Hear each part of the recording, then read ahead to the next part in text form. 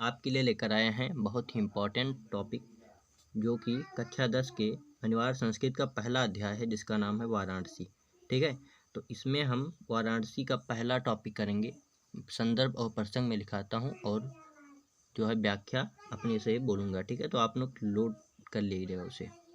अब यहाँ पर हमें पहला दिया हुआ है, वाराणसी सुविख्यातः प्राचीन नगरी इयं विमल सलिल तरंगाय गंगायाः कूले स्थितः अस्या घट्टानां वलयाकृत पंकति धवलायां चंद्रिकायां बहुराजते आगणितकः पर्यटकः सुदूरभ्यः नित्यम् अत्र आयन्ति अस्या घट्टानां शोभां विलोक्य इमं बहु प्रशंसन्ति। आपको कुछ करना नहीं है इसमें जो दिया हुआ है, अगर जो आप संस्कृत के बारे में जानकार हैं तो आप इसका व्याख्या कर लेंगे, नहीं तो मैं तो करा ही दूंगा। ठीक है, तो आपको यहाँ पर करना है। सबसे पहले संदर्भ इसमें पूछता है। ठीक है, बहुत ही इंपॉर्टेंट है, 2019, 16, 14, 10, 9, 8, 6 और 5 में भी आया है। तो इसमें आपको देखना है पहला संदर्भ। संदर्भ में क्या करना है आपको, सबसे पहले आपको लिखना है संदर्भ। राइटिंग बहुत ही अच्छी तरीके से आपकी होनी चाहिए। तो इसमें देखिए प्रस्तुत, इसमें संदर्भ में क्या लिखना है आपको, प्रस्तुत पद्यांश हमारी पाठ्य पुस्तक के संस्कृत खंड में संकलित वाराणसी नामक पाठ से लिया गया है। ठीक है, संदर्भ में आपको क्या लिखना है कि जो किताब मतलब किस किताब से ली गई है, मतलब कहाँ से ली गई है और क्या उसमें है। ठीक है, और प्रसंग में आपको लिखना है कि उस लाइन में आपको क्या बताया गया है। ठीक है, तो यहाँ पर हमें देखना है संदर्भ क्या है इसका, प्रस्तुत पद्यांश हमारी पाठ्य पुस्तक के संस्कृत खंड में संकलित वाराणसी नामक पाठ से लिया गया है। ठीक है, आप इतना लिख देंगे तो ये आपका ये जो है वो पक्का हो गया, आपका नंबर इसमें फुल मिलेगा। ठीक है, तो ये संदर्भ हमारा हो गया। प्रसंग की बात करते हैं तो प्रसंग में क्या लिखना होता है कि लाइन में क्या बताया गया है। ठीक है, उस लाइन का मतलब क्या है। तो देखिए इसमें आपको प्रसंग में लिखना है, प्रस्तुत पद्यांश में वाराणसी के सुंदरता का वर्णन किया गया है। ये जो अभी मैंने लाइन बोला है, इसमें क्या कहा गया है, वाराणसी के सुंदरता का वर्णन किया गया है। ठीक है, तो ये आपका प्रसंग हो जाएगा।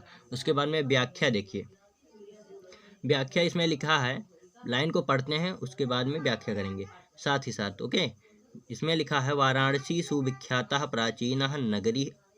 वाराणसी सुविख्याता मिस बहुत ही प्रसिद्ध है, और प्राचीन मिस प्राचीन, नगरी मिस नगरी है। ठीक है, तो वाराणसी सुविख्यात प्राचीन नगरी है।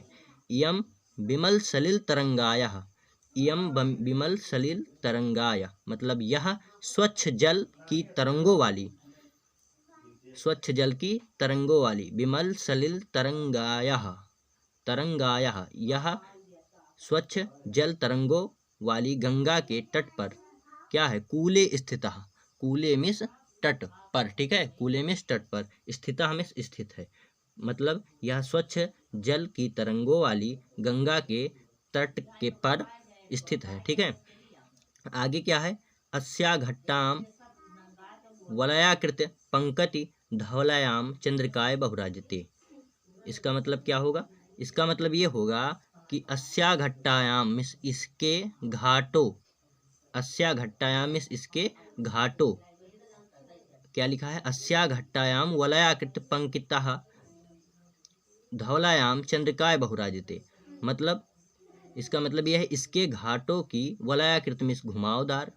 ठीक है, वलयाकृत मिस घुमावदार आकृति, और धवलायाम मिस होता है चंद्रमा, तो इसके घाटों की घुमावदार आकृति।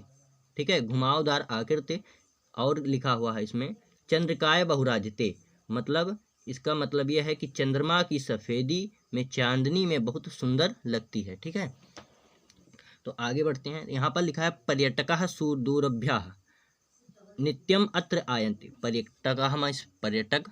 ठीक है, सुदूरभ्यः मिस बहुत ही दूरों से, नित्यम मिस हमेशा, अत्र मिस यहाँ, आयंत मिस आते हैं। तो इसका मतलब ये हुआ कि पर्यटक बहुत दूर से यहाँ हमेशा आया करते हैं या आते हैं। अस्या घट्टांच शोभाम विलोक्यम, अस्या घट्टांच शोभाम विलोक्य, अस्या मिस इसकी, घट्टांच मिस घाटाओं की, शोभाम मिस शोभा को, विलोक मिस देखकर। ठीक है। तो इसकी घाटाओं की शोभा को देखकर इमाम मिस इसकी बहुप्रशंसित मिस बहुत प्रशंसा करते हैं। ठीक है। तो आई होप कि आपको समझ में आया होगा। तो बहुत ही अच्छी तरीके से मैंने आपको इसे बताया। और ये देखिए BBIMP यहाँ पर लिखा है, बहुत ही महत्वपूर्ण है। ये लाइन है जो आपके लिए बहुत ही महत्वपूर्ण है। तो आप लोग इसे पक्का तैयार करके जाइएगा और पेपर में आ सकता है। ठीक है। कोई पक्का गारंटी नहीं होता है, लेकिन मैं आपके लिए बता रहा हूँ, बार बार रिपीट हुआ है और वेरी इंपॉर्टेंट है, बुक में भी है, तो इसलिए मैं इसको आपको करा रहा हूँ। ये बहुत ही इंपॉर्टेंट है और ये आएगा। संदर्भ प्रसंग मैंने लिखा दिया है, व्याख्या भी आपको बता दिया है। आप वीडियो को पॉज कर उसे रोक करके क्या करते हैं, देख सकते हैं या लिख सकते हैं। ठीक है। तो चलिए मिलते हैं अगली वीडियो में इसके पार्ट 2 के बारे में। ठीक है। तो अब के लिए इतना ही। हमारे चैनल पर अगर जो आप नए हैं तो हमारे चैनल को सब्सक्राइब करें, लाइक करें और ज़्यादा से ज़्यादा तक शेयर करें। आपके अपने दोस्तों को भी बताइए कि यहाँ पर ऐसी पढ़ाई होती है। अगर जो आपको समझ में आता है तो ज़्यादा से ज़्यादा शेयर करें, अपने दोस्तों को भी बताएं इसके बारे में। धन्यवाद।